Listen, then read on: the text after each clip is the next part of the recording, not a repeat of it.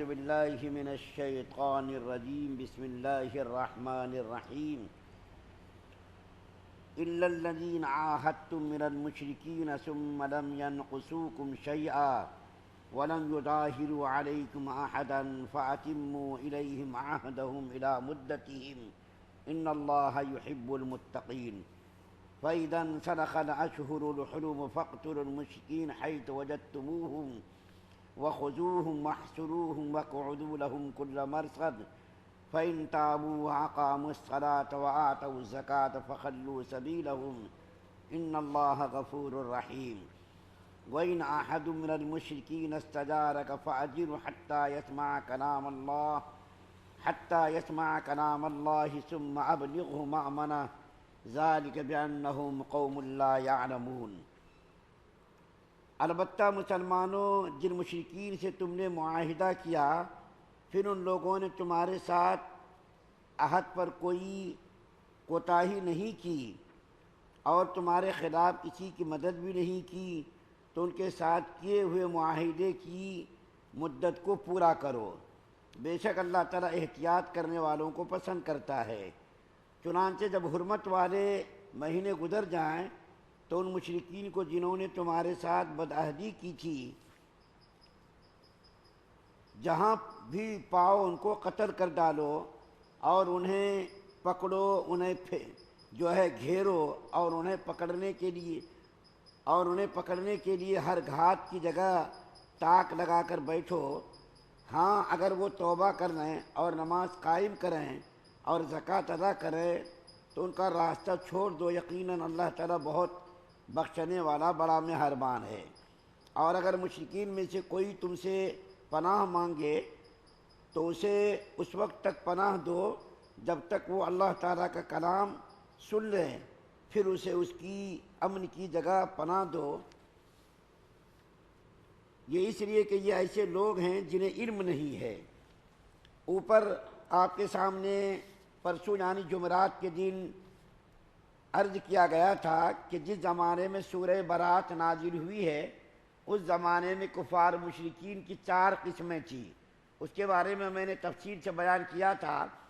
ایک بات جو عرض کرنی تھی وہ عرض کرنا رہ گیا تھا، وہ یہ کہ اللہ کے رسول صلی اللہ علیہ وسلم نے ابو بکر صدیق رضی اللہ تعالیٰ عنہ کو حاجیوں کا امیر بنا کر کے مدینے سے مکہ کے لیے روانہ کیا تھا۔ پھر سورہ برات نازل ہوئی، اس کے احکام اور مسائل سے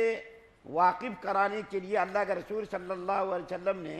حضرت علی رضی اللہ تعالیٰ عنہ کو پیچھے بھیجا اور علی رضی اللہ تعالیٰ عنہ سے کہا کہ 4 چیزوں کا اعلان میدان عرفات میں اور منی میں جا کر کے 4 چیزوں کا اعلان تم کر دو۔ 4 چیزوں کا اعلان میدان عرفات میں تم جا کر کے کرو۔ چنانچہ حضرت علی رضی اللہ تعالیٰ عنہ تشریف لائے اور میدان عرفات میں اور منی میں کفار و مشرکین اور مسلمان جو بھی تھے سب کے سامنے 4 چیزوں کا اعلان کیا گیا۔ ان میں سے سب سے پہلی چیز تو یہ تھی کہ کوئی آدمی آئندہ سال سے ننگا بیت اللہ کا طواف نہیں کرے گا۔ اور آپ کو معلوم ہے کہ کفار و مشرکین خانہ کعبہ کے ننگے طواف کیا کرتے تھے، تو اللہ کے رسول صلی اللہ علیہ وسلم نے پہلا حکم یہ دے کر کے بھیجا کہ جا کر کے اعلان کر دو کہ آئندہ سال سے بیت اللہ کا ننگا طواف نہ کرے۔ ایک تو یہ حکم دیا۔ دوسرا حکم یہ دے کر کے بھیجا کہ جن قبیلوں سے اللہ کے رسول صلی اللہ علیہ وسلم کا کوئی معاہدہ ہے، جتنی مدت کے لیے معاہدہ کیا گیا ہے اس مدت کو پوری کریں۔ جتنی مدت کے لیے معاہدہ کیا ہے اس مدت کو پوری کریں اور اس مدت میں کفار مشرکین سرزمین مکہ پر جزیرۃ العرب میں چلے پھریں، ان سے کوئی تعرض نہ کرے، چھیڑ چھاڑ نہ کرے، اس کی مدت پوری کرنے دے، اس کو مدت پوری کرنے دے۔ اور جن لوگوں سے کوئی معاہدہ نہیں ہوا ہے ان کو 4 مہینے تک جزیرۃ العرب میں رہنے کی اجازت دی جائے۔ جب 4 مہینے پورے ہو جائیں تو پھر ان کو وہاں سے روانہ کر دیا جائے، دیکھو بھائی تمہاری مدت پوری ہو گئی، اب تم جہاں جانا چاہو چلے جاؤ۔ یا تو اسلام قبول کر لو یا تو یہاں سے نکل کر کے چلے جاؤ۔ تیسرا یہ اعلان کیا حضرت علی رضی اللہ تعالیٰ عنہ نے کہ جنت کے حقدار صرف مسلمان ہیں، مومن ہیں۔ یہ اعلان کرا کفار مشرکین کے مجمع میں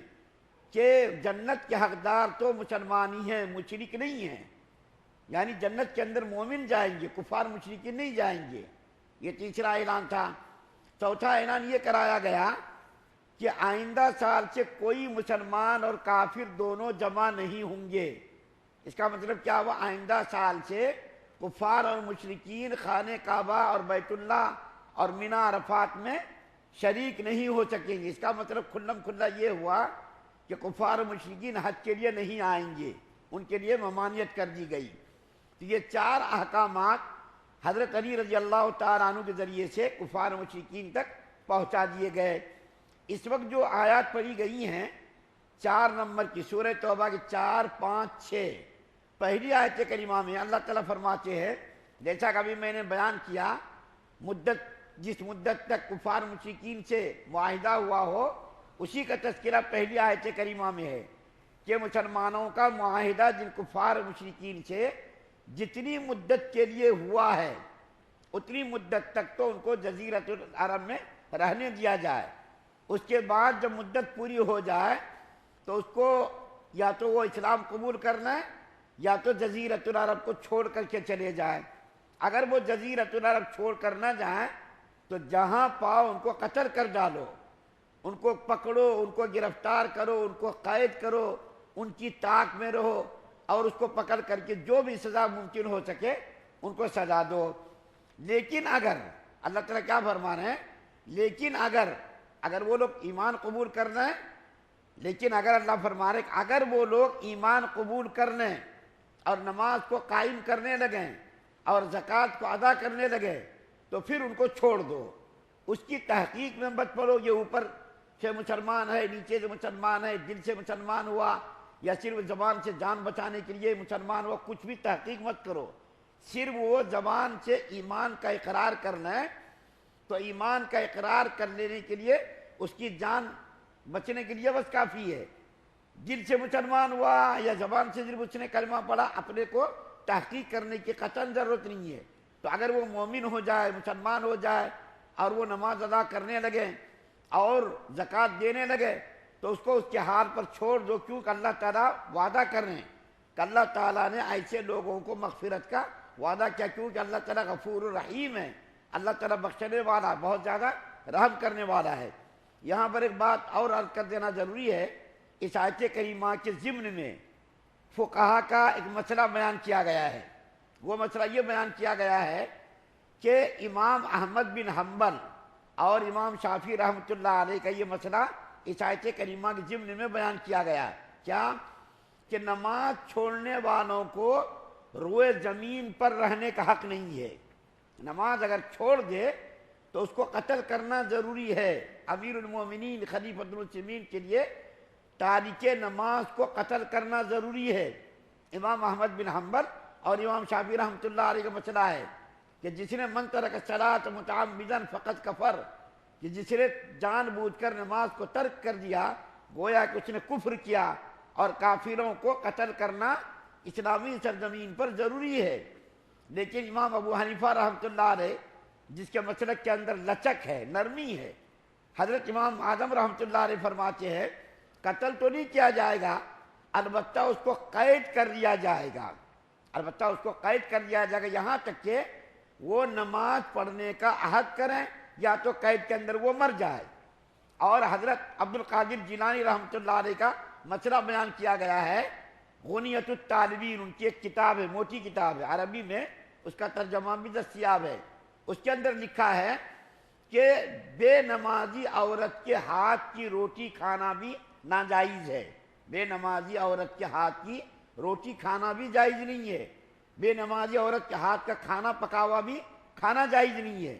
یہ مسئلہ جو بیان کیا گیا، میں نے اس وقت بیان کیا، یہ اسلامی حکومت میں یہ سب ہو سکتا ہے، ہمارے ہندوستان میں نہیں ہو سکتا یہ۔ اور اگر ایسا ہونے لگے روزانہ جنگ و جدال، قتل و قتال، شور شرابہ، خانہ جنگی شروع ہو جائے، یہ کام حکومت کا کام ہے، یہ کام حکومت کے کرنے کی ذمہ داری ہے۔ حکومت کو یہ سب کام کرنا، عوام کے لیے یہ سب کرنا نہیں ہے۔ عوام اگر کرنے لگے تو قانون شکنی ہوگی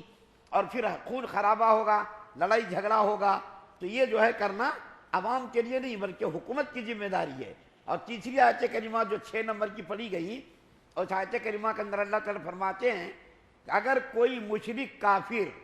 آپ کے پاس، یعنی حضور صلی اللہ علیہ وسلم سے خطاب ہے کہ اگر آپ کے پاس کوئی مشرک کافر آئے اور آپ سے وہ مدت طلب کرے کہ ہم کو آپ تھوڑی سی مدت دیجئے، مہلت دیجئے کہ میں اسلام کو سمجھ سکوں، اسلام کے بارے میں غور و فکر کر سکوں، تو ایسے لوگوں کو آپ موقع دیجئے، مہلت دیجئے۔ یہ سب جو کام ہو رہا ہے یہ تو اسی لیے ہو رہا ہے تاکہ کافر لوگ مسلمان ہو جائیں اور یہ کفر اور شرک سے توبہ کر رہے ہیں۔ اگر کوئی کافر مشرک آپ کے پاس آئے اور آ کر کے وہ مہلت طلب کرے کہ محمد صلی اللہ علیہ وسلم آپ مجھ کو مہلت دیجئے کہ میں اسلام کو سمجھوں، اسلام کے بارے میں غور و فکر کروں، ایسا اگر کوئی کرنے کے لیے آئے تو آپ اس کو مہلت دے دیجئے، موقع دے دیجئے، یہاں تک کہ وہ قرآن کو، دین کو سمجھنے کی کوشش کرے، قرآن کی گہرائی کے اندر جائے، اسلام کی تحقیق کرے اور اسلام قبول کرنے کے بارے میں غور و فکر کرے۔ اور آخری جملہ جو ہے اللہ تعالیٰ فرمائے کیوں، اس لیے آپ ان کو مہلت دیجئے کہ ان کو اسلام کے بارے میں کچھ بھی معلوم نہیں ہے۔ اسلام کے بارے میں جب معلوم نہیں ہے اور وہ معلوم کرنا چاہتا ہے تو معلوم کرنے کا آپ اس کو موقع دیجئے، مہلت دیجئے، تاکہ وہ غور و فکر کر سکے، تدبر کر سکے، تفکر کر سکے اور اس کے بارے میں سوچ سمجھ کر کے اس کے بارے میں کچھ فیصلہ کر سکے۔ اللہ سے دعا ہے اللہ ہم سب کو سننے زیادہ عمل کی توفیق عطا فرمائے۔ سبحان اللہ و بحمدہ، سبحانک اللہم و بحمدک۔